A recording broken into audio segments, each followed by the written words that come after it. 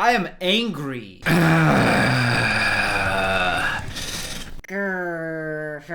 Late Night Dylan is a very relaxed place. We come, we have a laugh, we hang out, we typically poke fun at something, and we're gonna do all that today. But on top of that, I'm pissed off because this guy, his name is Bill Maher, he's angry at young people. Problem isn't that I don't get what you're saying or that I'm old. The problem is that your ideas are stupid. He thinks you're dumb and you're stupid and you should go die. I don't think he thinks the last part, but I just added it in for a little extra spice, okay? This man here, his name is Bill Maher. If you couldn't tell by this screenshot, he talks about politics. On screen, you'll notice this man here. I believe this is a senator or a political aide of some sort. Okay, that's not true. Obviously, it's the president. Relax. I shouldn't make too many jokes because I'm going to talk serious at certain moments, and you guys are going to need to know when I'm being serious. So this is the president, Bill Clinton. Let's just play the clip. What is he upset about? New rule 3 months into his presidency, it's time to admit that Joe Biden has been a huge disappointment to comedians. But you know what? Maybe I like this guy because he started you out with the misdirect. He's like, we're going left, juke right. What a mind-blowing concept that must be to the younger generations for whom writing someone off simply for their age is the last acceptable prejudice. Does anyone else notice that really long pause after what he says? Is the last acceptable prejudice. It kind of reminds me of like when a teacher is upset and they're like, no, I'll wait till you sit down. Thank you, Gregory. Now we can continue with class. So he's pissed that young people aren't super reverent of old people. They hate every ism except ageism. It's completely forbidden to tell any joke about race, gender, religion, weight, but age? Have at it. You heard the man. Stop making jokes about old people. It's mean. You ever go down the greeting card aisle at CVS? Stop right now. You want people to take you seriously and to respect you because you're old. You gotta relate to the youth. Talking about walking down the greeting card aisle and browsing through greeting cards, not the way to do it, Bill. You guys ever walk down the greeting card aisle and no, stop right there. No one does that. Every card for anyone over 60 is the same joke. Happy birthday, I'm surprised your dick hasn't fallen off.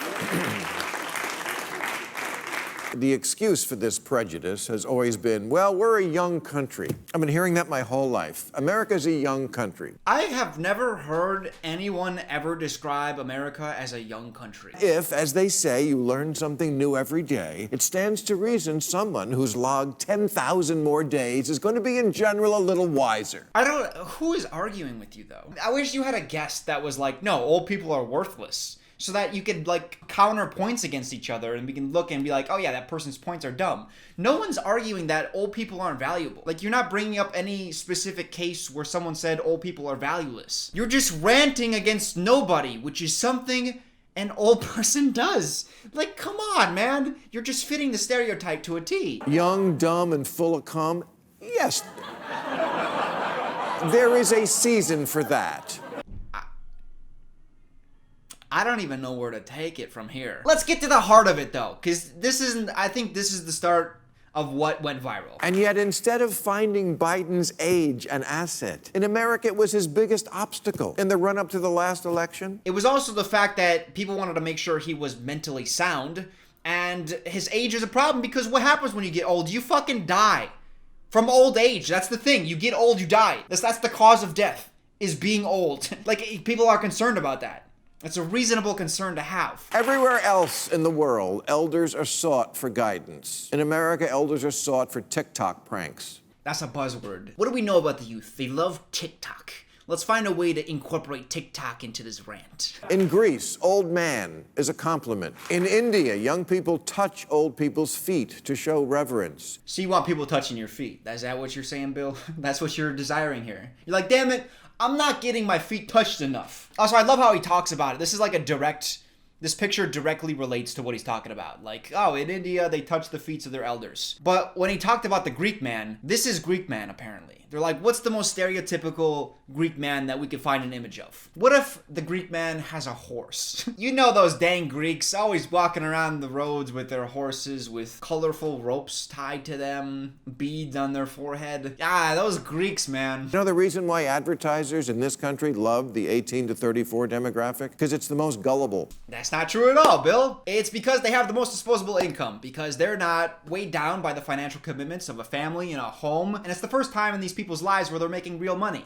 And without those financial burdens, they have money to spend, aka that's disposable income. So that's why they're targeted, Bill. I hate that he said that, because it's just not true. And okay, we're about to get into it. This is the heart of it right here. We're about to get into it. You ready? A third of people under 35 say they're in favor of abolishing the police, not defunding, but doing away with a police force altogether. The way he's posing it, he's saying young people just don't want policing. They want it to be the wild, wild west. They want no oversight, just anyone could do anything. That's what the youth want. That's not true at all. So I had to look into this Gallup statistic. Disbanding police departments in favor of different public safety models. So different ideas for how to police. 1/3 of those younger than 35 support the idea. So they're in favor of trying something new, which is, through history, young people always are willing to try new things if something's not working out. Old people tend to be set in their ways. They just want to make their money, retire, and die. They don't want to change anything. So this is just the way it's been through history, is that young people are willing to try more radical ideas. 36% of millennials think it might be a good idea to try communism. Let me just say,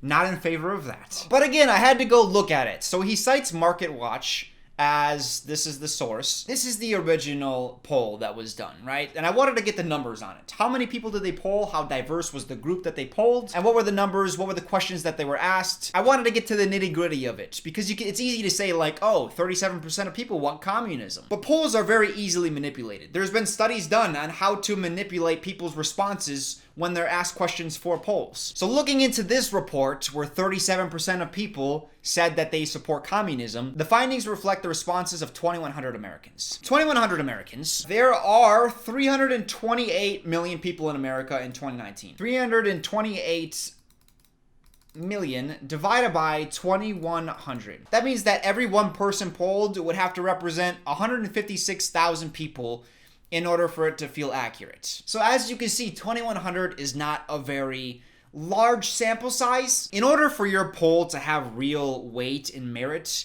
you must have a diverse group of people from their race, religion, financial status. You need to get a lot of different kinds of people in order to have an accurate reflection of what America, their views and beliefs are. If you go to a poor neighborhood and say, hey, should we abolish capitalism? You're gonna find a lot more support for that than in a rich neighborhood. That's why whenever someone tells me statistics, you gotta go to the source and actually find out how true those numbers are. And the fact that he's pissed because 33% roughly for both of his statistics into communism and into abolishing the police, that means that 2/3 of people of the group that he's making fun of agree with him. The majority of the people that he's ranting at agree with him, and he's still ranting anyways. No, I get it. The problem isn't that I don't get what you're saying or that I'm old. The problem is that your ideas are stupid. Yeah, you hear that? You're young and stupid and filled with cum.